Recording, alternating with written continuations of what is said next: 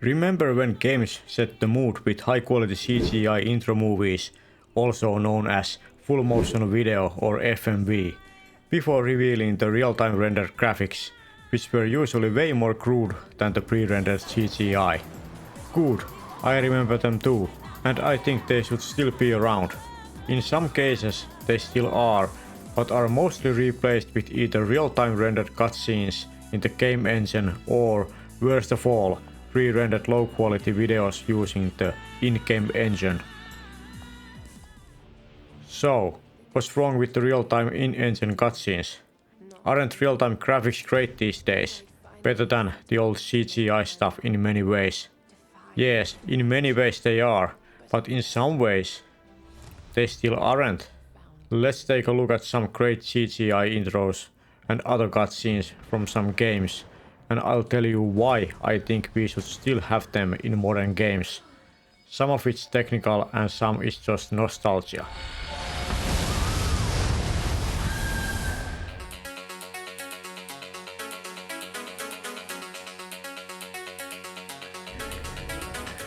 Obviously, the CD-ROM technology in the early 1990s made it possible to include full motion video in video games.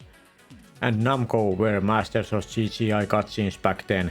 Games like the Tekken series are a prime example, and some later Ridge Racer games had some great ones too. The more time progressed, the less and less we see these anymore. That's not to say that PS2 era games, for example, didn't have pre-rendered in-engine stuff or even real-time scenes, because they absolutely did, as you can see here in Urban Dream from Namco. So, you ready to roll? I warmed up on the way. Nice. I don't want any trouble later, so I'll tell you this now. This isn't a normal brawler job. It's a bit more complicated. Also, the Tensu sequel Fatal Shadows on PS2 had a pre-rendered in-engine opening instead of high-fidelity CGI like its predecessor, The Wrath of Heaven.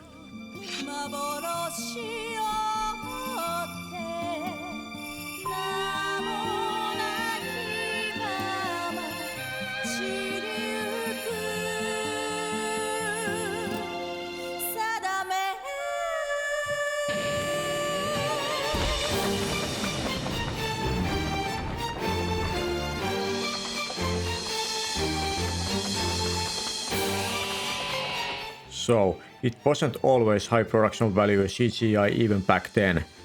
Yes, but the ratio was completely upside down compared to modern games. At some point, more and more developers just opted in for pre-rendered in-engine stuff because it was cheaper to produce and started to look good enough, or even real-time rendering as hardware became more powerful. If we go back to Tekken games, we can see how some of the endings in some newer Tekken games stopped being high production value CGI, but instead some other styles of art. Not necessarily bad, but would you rather have this than this? Yes. What is your biggest secret, David? Pardon me? You can tell us. Oh, well, it's not much of a secret, but I have a tattoo of Kobe behind my ear. Tattoo, splendid. Some games also featured live-action full-motion video sequences utilizing real people, like movies. This was especially common in the early 1990s, but you saw it even during the PS2 era sometimes, and even after that.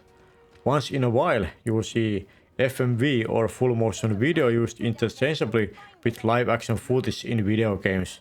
But FMV just means full-motion video playback within video games instead of still images like before CD-ROM. FMV can be live-action, CGI, pre-rendered footage using in-engine graphics, or even a series of still images. Back to the video.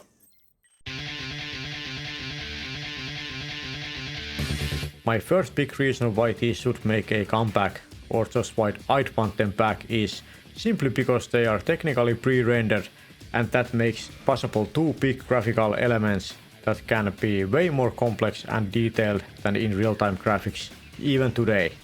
The hair rendering.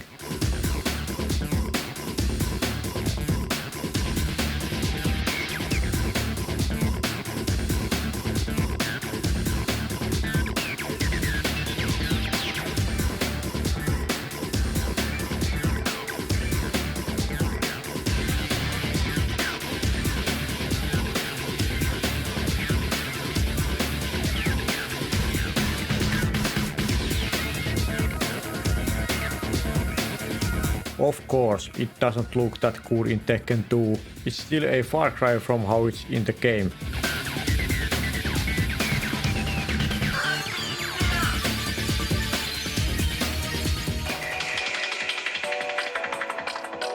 And of course, ray-traced lighting.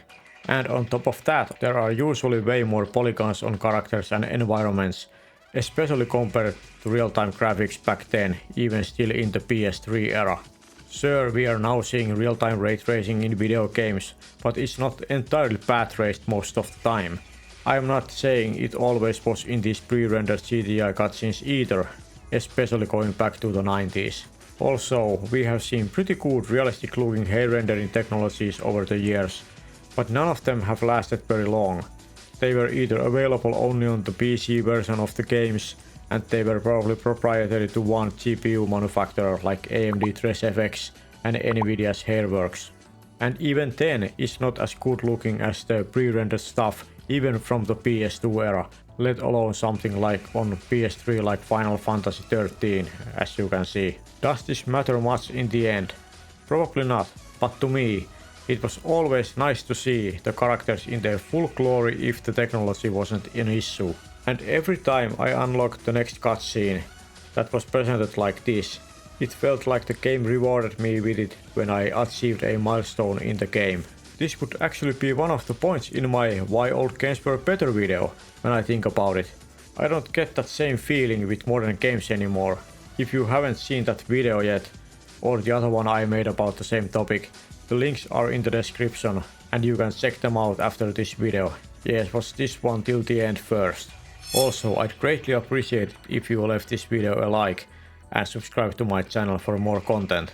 Thank you. And that was my second big reason, the nostalgia for them. The feeling I used to get when I played the game, and once these started playing, it was the feeling I don't get from modern games anymore.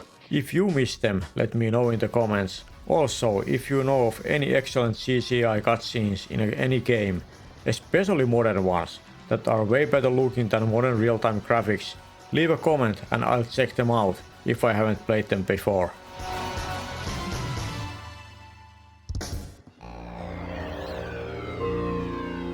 Finally, let's explore the evolution of Namco's CGI from the original PlayStation to the PS5.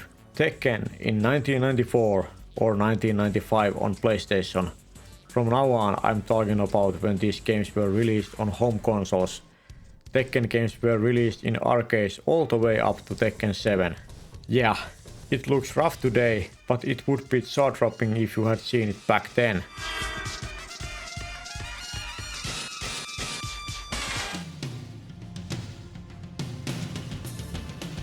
Unfortunately I didn't, but I saw Tekken 2 in 1996 and it was jaw-dropping back then. However, in many ways it was better than what they could do only 2 years earlier.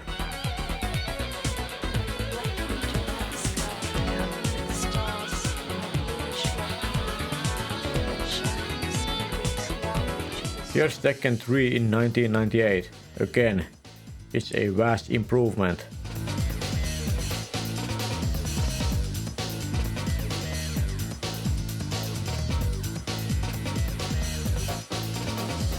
In 2000, PS2 was out with the Tekken Tag Tournament, and once again we see leaps in the rendering techniques used. Of course, the Tekken Tag Tournament on PS2 was a huge leap, even from the game's arcade version.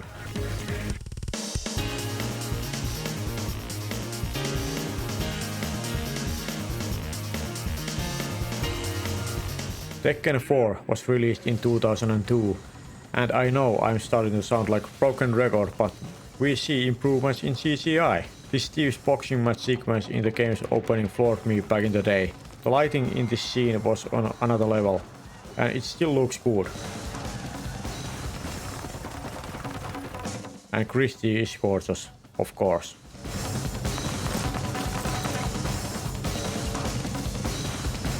"2005, Tekken 5. And now we see a bigger jump in detail, animation quality and physics simulations than any point previously in this comparison.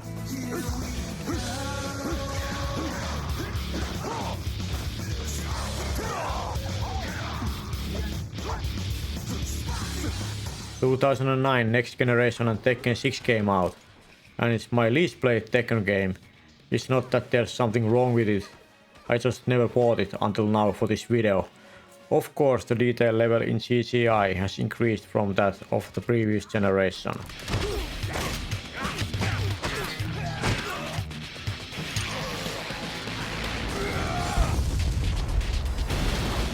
...2012 was the year of my personal favorite Tekken game, Tag Tournament 2. I think this is where the CGI quality peaks in Tekken games. It's still highly detailed pre-rendered stuff, impossible to or close to impossible to pull in real time, even today's technology, let alone on PS2 in 2012.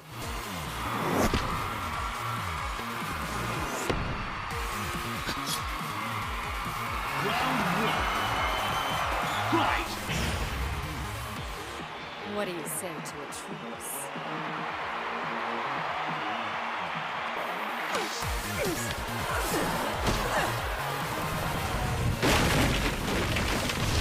In 2017, Tekken 7 was finally released for home systems. They really slowed down these releases, didn't they? Detail levels in CGI were up once again, but something's amiss already in this one. This opening isn't as entertaining anymore, and it's more story focused and slow. Character models might still have some detail over the in-game ones, and hair is still clearly pre-rendered in higher fidelity than in-game models.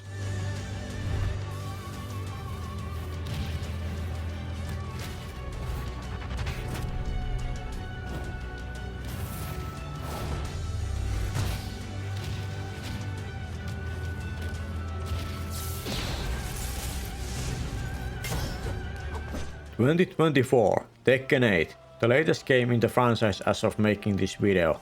Now we can prepare for the disappointment. To me, this CGI stuff doesn't look that much more detailed than the in-game models, if any. Especially hair just seems to be the exact rendering as it's in the game, and looks worse than going back to the PS2 era. It doesn't look bad, I didn't say that, but just not as good as when they probably animated them separately from in-game models. Some sequences like Kazuya and Jin here might have some added geometry, lighting and effects compared to what we have during the gameplay. Whatever they are doing here, it's still a mixed bag. When masters of CGI in games, Namco, started to cut corners, I think the CGI cutscenes in the traditional sense are probably gone forever. And I think it's sad. Of course, if the technology leaped to the point where we could have actual path traced lighting, even more polygons, and as good hair rendering as those older CGI scenes had, I wouldn't mind. But we are not there yet. What do you think? Am I putting too much weight on this, or do you agree? Share your thoughts in the comments, and thank you for watching. See you next time. For you, it could be right now by watching this one on your screen now. 着きましたよ、お客さん。